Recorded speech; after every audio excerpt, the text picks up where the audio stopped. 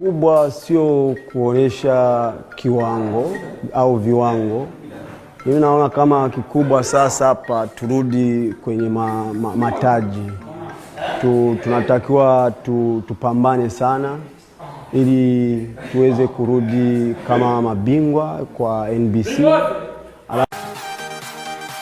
Bwana, kama ambavyo tumeweza kusikia ama ambavyo tumeweza kuona, Clatous Chota Chama Mwamba Lusaka tayari amerejea ndani ya klabu ya Simba na tayari amezungumza mambo mengi zaidi. Na kama ambavyo tunafahamu, kwa upande wa Clatous Chota Chama alicheza mechi ya mwisho ya Singida hapo jana dhidi ya JKT Tanzania, na hatimaye usiku huo huo akatinga ndani ya kambi ya Simba kwa ajili ya utambulisho ambao utafanyika muda wowote kuanzia sasa. Sasa je, ni kipi hasa ambacho amekizungumza? Utakwenda kufahamu hapa. Hii ni kuelekea tu utambulisho huu ambao wanakwenda kutambulishwa. Hapa nina sauti ambayo utakwenda pia kuisikia. Sasa kabla hatujakwenda kutazama hapa, nikukumbushe tu hii hapa ni Swahili Media. Kama bado hujaweza kusubscribe, basi nikuombe subscribe ili tuwe pamoja ya siku zote. Mimi naitwa Chicharito. Karibu tuweze kuangazia taarifa hii kiundani zaidi. Sasa baada ya kukamilisha usajili wake ndani ya klabu ya Simba akitokea Singida Black Stars, kiungo Mzambia fundi Clatous Chota Chama amezua gumzo kubwa ndani na nje ya uwanja kutokana na kauli yake kuhusu falsafa ya mafanikio ndani ya kikosi hicho. Kauli hiyo imewafanya mashabiki, wachambuzi wa soka na wadau mbalimbali kuanza mjadala mpana kuhusu dira mpya ya klabu ya Simba, yani baada ya dirisha dogo pale ambapo litafungwa, je, nini hasa ambacho atakipata? Kwa upande wa Clatous Chota Chama ameweka wazi kuwa mafanikio ya timu hayapaswi kupimwa kwa majina makubwa au uwezo wa mtu mmoja, bali kwa kiwango cha mapambano, mshikamano na kujituma kwa kila mchezaji. Kwa mtazamo wake, kwa kile ambacho amekizungumza Clatous Chota Chama, timu inayotaka kutoa mataji lazima iwe tayari kupigana kwa nguvu, nidhamu na moyo kwa ajili ya kutafuta ushindi, lakini pia hata mazoezini hadi siku ya mechi husika.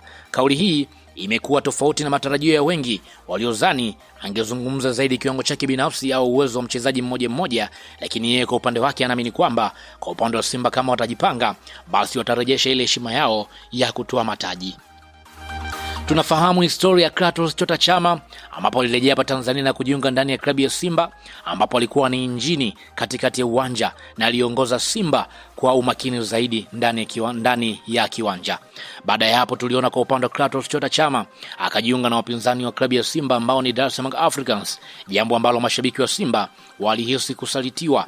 Alikabiliwa na pressure kubwa, hata hivyo alijitahidi kuonyesha ubora wake, lakini safari yake ya Yanga haikuwa ndefu kama ambavyo ilivyotarajiwa. Baadaye akaenda kujiunga na klabu ya Singida Black Stars. Lakini pia kwa upande wa Clatous Chota Chama, baada ya kucheza ndani ya klabu ya Singida ndani ya msimu huu, sasa hatimaye tayari amekamilisha usajili na kurejea ndani ya klabu ya Simba.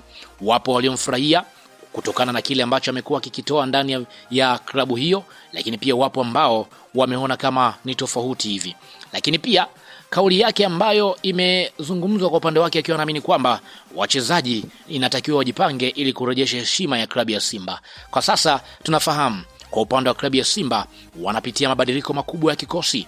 Wapo ambao wamesepa, wengine wanaingia, mfumo mpya, kocha mpya. Ndani ya mazingira hayo, kwa upande wa Chama atakuwa kiongozi ndani ya timu kutokana na vile ambavyo amekuwa ametoa. Kurejea kwa Chama si tukio la kawaida, bali ni hadithi ya mchezaji aliyepita pande zote mbili, Simba na Yanga, lakini pia akarejea ndani ya klabu ya Simba, jambo ambalo limekuwa ni tofauti kwa baadhi ya wachezaji. Imekuwa ni ngumu kwa mchezaji ambaye tena anazunguka mara mbili hivyo. Mchezaji wa mwisho tuliona kwa upande wa Bernard Morrison ambaye alitoka pia ndani ya klabu ya Yanga akaenda Simba, baadaye akarejea Yanga. Hii imekuwa ni ngumu kweli kweli kwa baadhi ya wachezaji ambao wanasepa kwa timu hizo mbili.